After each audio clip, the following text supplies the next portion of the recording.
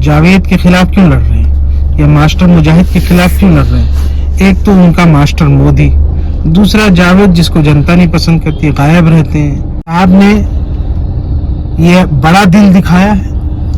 आज आप देख लीजिए, पार्टी पॉलिटिक्स से ऊपर उठ करके, जबकि कोई गठबंधन नहीं है, कहीं से कोई समर्थन न मांगा गया है, न दिया गया है, न कोई बात नहीं, लेकिन पार्टी पॉलिटिक्स से ऊपर उठ करके उन्होंने आज बैरिस्टर साहब ने जो बात कही है, पप्पू यादव से दुश्मनी नहीं है, इनकी मुस्लिम लीडरशिप से भी दुश्मनी है। सब किस तरह से देख रहे हैं? असदुद्दीन ओवैसी भरे मंच से कह रहे हैं, तेजस्वी यादव के चैलेंज कर रहे हैं कि हमको और पूरे मजलिस को आप बी टीम कहते हैं, तो आखिर पप्पू यादव से क्या जलन है आपको?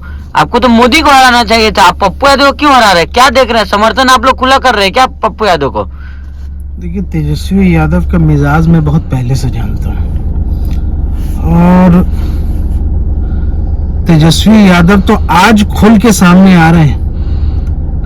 उनका ये मिजाज हम 2017 से हमें पता है, और आपको पता, आपको शायद याद होगा, जिस वक्त मैं उनकी पार्टी में था और हमने तेजस्वी साहब के हमने बात रखी कि मीरान हैदर के लिए हमें जो है वो आवाज उठानी चाहिए। मैं उस वक्त दिल्ली में स्टेट में उनकी पार्टी में जिम्मेदार था। तो पता है क्या कहते हैं? वो कहते हैं कि आप लोग सांप्रदायिकता की बातें कर रहे हैं, यानी अपनी ही पार्टी के लोग जिनको गलत मुकदमे में फंसाया गया। अब आप उनकी मानसिकता को समझिए, ये सिर्फ पप्पू यादव से दुश्मनी नहीं है, इनकी मुस्लिम लीडरशिप से भी दुश्मनी है। ये अंदर खाने क्या बातें करते हैं कि बाहर के लोगों को अगर पता चल जाए तो तेजस्वी यादव की यहां से क्या हालत होगी आप समझ नहीं सकते।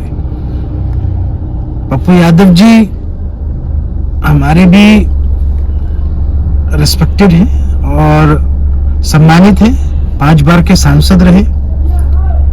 अपने राजनीतिक जीवन में मुझे भी उनके साथ एक वक्त में काम करने का मौका मिला।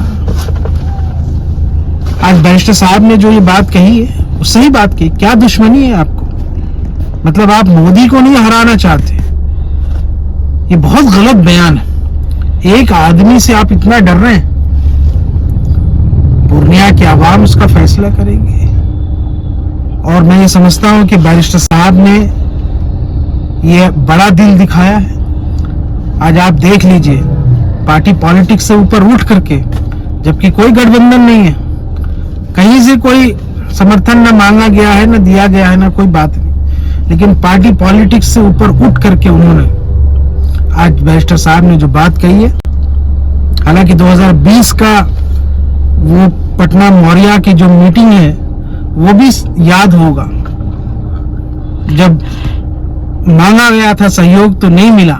लेकिन जब से एक बात बताइए, क्या समझा जाए? असदुद्दीन सिंह खुद कह रहे हैं कि हमको बी टीम कहा जाता है, तो अब तेजस्वी यादव क्या बी टीम का काम कर रहे हैं? क्या कह रहे, खुल के कह रहे कि एनडीए को वोट दे दीजिए, अगर इंडिया को नहीं दीजिएगा, बीमा नहीं जिताइएगा तो एनडीए को दे दीजिए वोट, यानी बीजेपी को वोट दे दीजिए।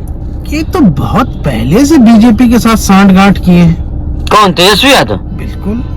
IRCTC के केस में तेजस्वी यादव खुद कई बार यहाँ से अमित शाह से मिल के गए हैं दिल्ली में। क्या करने आते थे यहाँ पे, पता है आपको? मैं बता रहा हूँ आपको। बड़े आरोप लगा रहे हैं। के केस में तेजस्वी यादव अमित शाह से मिलके अपनी सेटिंग कर रहे हैं, वरना ये आज जेल में होते। जिम्मेदारी के साथ कह रहे हैं। बिल्कुल जिम्मेदारी के साथ कह रहे हैं। तो इस तरह के लोग, अब आप सोचिए कि जो लोग यहाँ से कंट्रोल ही वहां से हो रहे हो, आप उनसे क्या उम्मीदें रखते हैं? अच्छा, आपके सदर मोहतरम असदुद्दीन ओवैसी ने खुल करके पप्पू यादव के समर्थन में आ गए हैं, क्या कहना चाहेंगे इस पर? मैं नहीं समझता कि खुल के कोई बात है, बल्कि उन्होंने बहुत जायज बात कही है। पार्टी लेवल पे एक अलग मसला है, पर उन्होंने बहुत जायज बात की कि क्या दुश्मनी है आपकी पप्पू यादव से। पप्पू यादव भी अपने जनता में यहाँ से उनकी अपनी मकबूलियत है, और ऐसे लीडरशिप जो जनता में मकबूलियत रखती है उसको क्रश करने के लिए आप किस हद तक जा सकते हैं सिर्फ पर्सनल दुश्मनी में? तो बहुत नेगेटिव छवि तेजस्वी यादव ने पेश की है, और मुझे लगता है कि पप्पू यादव जी को भी इस बात का मान सम्मान और ख्याल रखना चाहिए। जिस तरीके से बैरिस्टर साहब ने उनके लिए खुल के समर्थन में एक बात कही है, तो मुझे लगता है कि आने वाले वक्त में वो भी इस बात का सम्मान रखेंगे, और मुझे उम्मीद है, क्योंकि मैं तो पहले भी उनके साथ रहा हूँ, तो मुझे अच्छा अशोक जी, मुझे आखिरी सवाल लेंगे। जिस तरह से वोटिंग होने वाली है दूसरे चरण की, अख्तरुल ईमान आपके पार्टी से हैं, पप्पू यादव भी चुनाव लड़ रहे हैं दूसरी तरफ पूर्णिया से, क्या लग रहा है कि कामयाबी हासिल होगी? क्योंकि बी टीम का काम तो आप ही लोग कर रहे हैं ना।